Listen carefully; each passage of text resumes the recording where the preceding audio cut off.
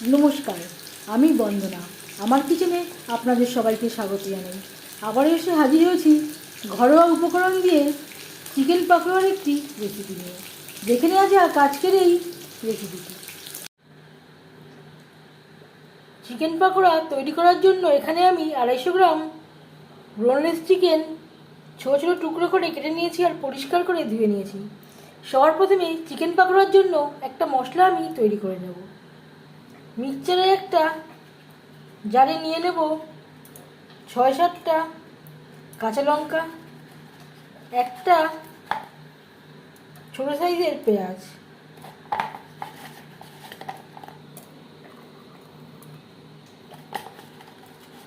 10-12 কোয়া রসুন আর এক টুকরো আদা। এর একটা পেস্ট আমি তৈরি করে নেব। সামান্য পরিমাণে জল।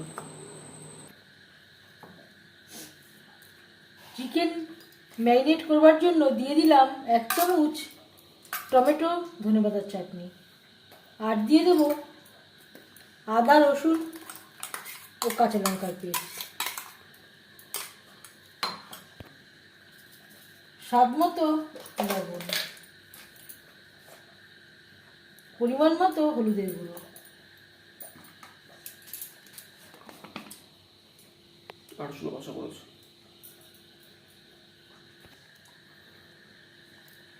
গোলমরিচের গুঁড়ো।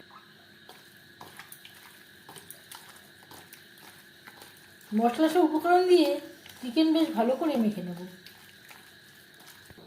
এই চাটনিতে আমার রয়েছে টমেটো, ধনেপাতা ও পাতিলেবুর রস।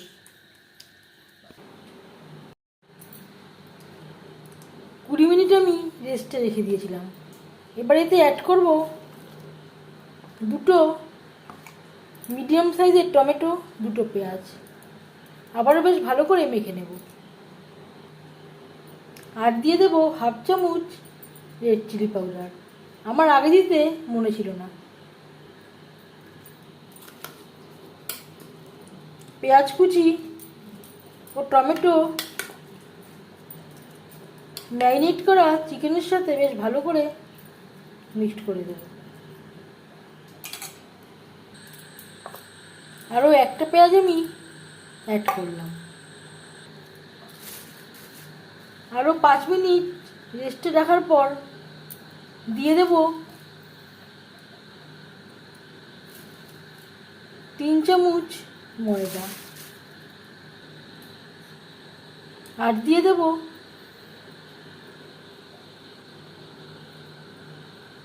4 চামচ বেসন। বেশ ভালো করে মেখে নেব।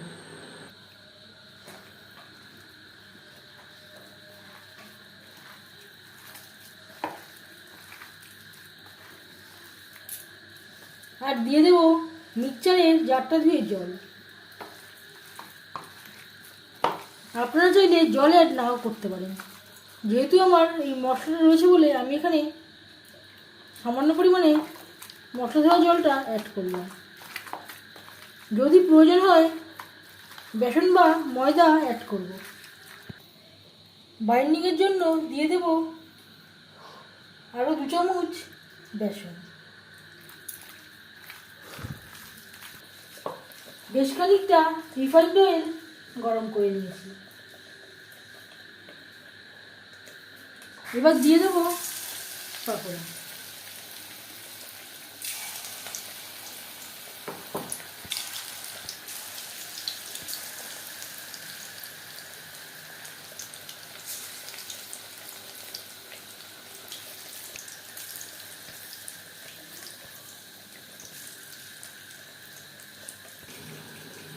আমার প্রথমে দিতে মনে ছিল না, আর দিয়ে দিয়েছি 1/2 চামচ গরম মশলা পাউডার।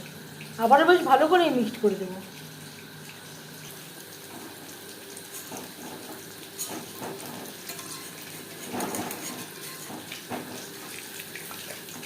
একটা সাইড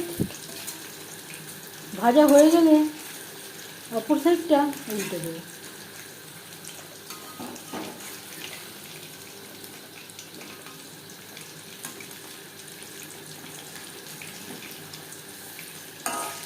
হাই ফ্লেমে তেল আমি গরম করে নিয়েছিলাম। পাকোড়া ভাজবো মিডিয়াম ফ্লেমে।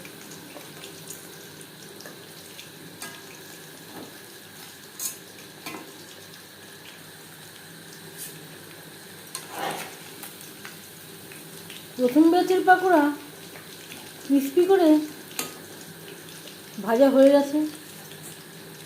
তেল ঝরিয়ে একটা পাত্রে উঠিয়ে নেব। এইভাবে পাকোড়া বানালে দোকান থেকে কিনে খাওয়ার প্রয়োজন হবে না।